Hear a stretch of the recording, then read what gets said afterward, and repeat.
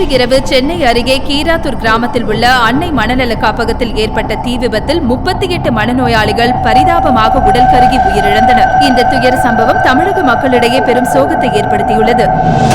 இந்த தீ விபத்துக்கு என்ன காரணம் என்பதை கண்டறியும் பணியில் காவல்துறை ஈடுபட்டுள்ளது. இந்த நிலையில் தீ விபத்திற்கும் சுகாதாரத்துறை அமைச்சர் ராஜரத்னத்திற்கும் தொடர்பு இருப்பதாக கூறி மக்கள் கண்டன ஆர்ப்பாட்டத்தில் ஈடுபட்டனர். அவர்கள் பஸ்களை அடித்து நொறுக்கியும் அவருடைய உருவபொம்மையும் எரித்தனர். அவர் பதவி விலக வேண்டும் என்றும் அரசு இதை விசாரித்து அவர் மேல் தக்க நடவடிக்கை எடுக்க எதிர்க்கட்சிகள் வலியுறுத்தி வருகின்றன. சில நாட்களுக்கு முன்பு இதே அன்னை மனநல காப்பகத்தில் ஒரு சிறப்பு மருத்துவ முகாமை அமைச்சர் ராஜரத்னம் தொடங்கி வைத்தது குறிப்பிடத்தக்கது. எது வளர்ச்சி? புது புது பில்டிங் கட்டுறதா இல்ல பழைய கட்டடங்களை புதுப்பிக்கிறதா? வறுமை கோட்டுக்கு கீழே இருக்கிறவன் மேல வரணும், அதுதான் வளர்ச்சி. உட்காருங்க உட்காருங்க. வியாதிகள் குறையும், பசி அடங்கணும், அதுதான் வளர்ச்சி. இதோ இங்க இருக்கிற இந்த கடவுளோட குழந்தைங்க அத்தனை பேரும் நல்ல சந்தோஷமாவும் குணமடைய வேணுங்கிறதுக்காகத்தான் இந்த மருத்துவ முகாம ஐயா நடத்தி வைக்கிறேன். நன்றி. இந்த இடத்துல நான் சொல்லி ஆசைப்படுறேன், இந்த பழைய கட்டடத்தை புதுப்பிக்க நான் உத்தரவு போட போறேன். இங்க உட்கார்ந்து இருக்கிற இவங்க குணமடையறதுக்கும் இவங்களோட வளர்ச்சிக்கும் இது ஒரு ஆரம்பமா இருக்கும்.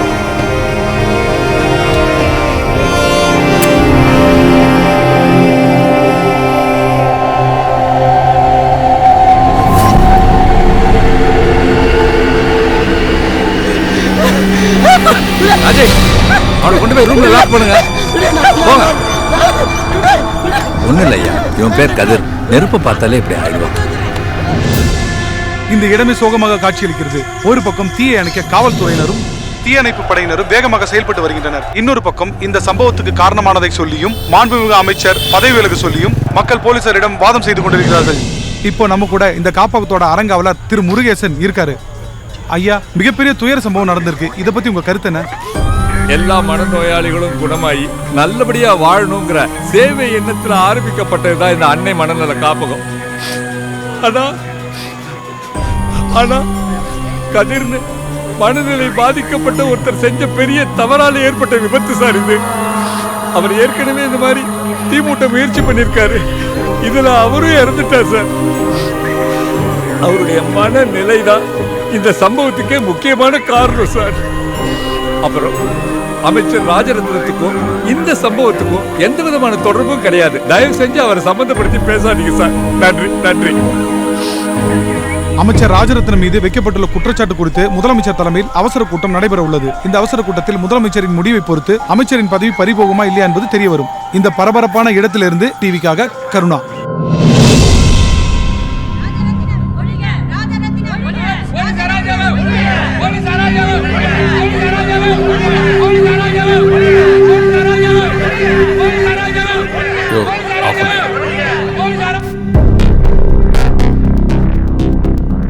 மீடியா எதிர்க்கட்சிங்க இப்ப பப்ளிக் கூட நமக்கு எதிராக சூழ்நிலை.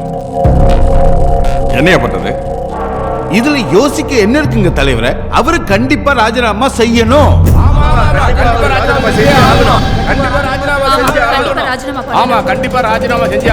தலைவரே, அந்த பில்டிங் இடிஞ்சு விழுந்த கேஸ்ல சொல்லமணி சார் மாட்டினப்போ நாங்கள தான் கூட இருந்தோம். அதை மறந்து பேசிட்டு இருக்காங்க.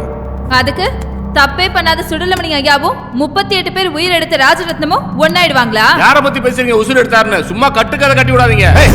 கட்டுக்கதையா கொண்டாங்க பாரா. உங்க ஐயா அவரோட மினிஸ்டர் லெட்டர் பாஸ் பண்ண அப்ரூவல் மொத்தம் 6 கவர்மெண்ட் மென்டல் அசலத்துல இருந்து பேஷண்ட மாத்துறதுக்கான ஆர்டர்.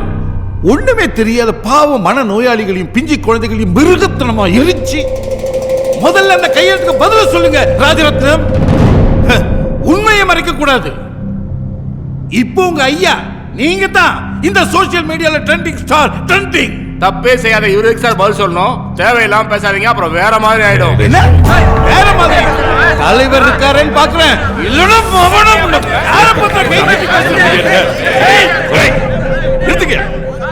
ஒரே குடும்பம்னு வெளியே சொல்லிட்டு இருக்கேன். நீங்க என்னடானா ஸ்கூல் பசங்க மாதிரி.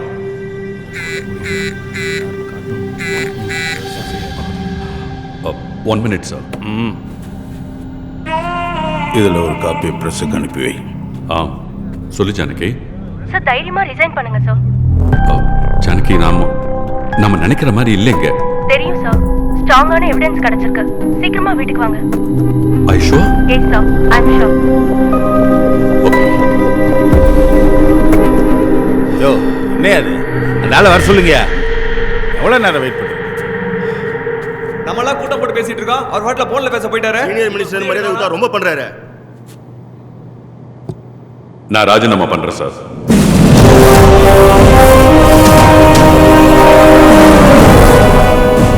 நல்லா யோசிச்சு முடிவிடுங்க ராஜரத்னம். அப்புறம் பல கேள்விகளுக்கு நீங்க பதில் சொல்ல வேண்டிய வரும். பதில் என்கிட்ட இருக்கு சார். கூடிய சீக்கிரம் எல்லா ஆதாரங்களோடய உங்க முன்னாடி வந்து நான் நிற்பேன். ஆதாரம் இருந்தா அப்புறம் எதுக்காக ராஜினாமா பண்றீங்க? மக்கள் என் மேல வச்சிருக்கிற நம்பிக்கையோட அடையாளம் தான் இந்த நாற்காலி. அந்த மக்களுக்கு பதில் சொல்லிட்டு மறுபடியும் இதே நாற்காலியில நான் வந்து உட்காருவேன் சார். மற்ற ஃபார்மாலிட்டிஸ் எல்லாம் இவங்க முடிச்சிருவாங்க. நன்றி சார்.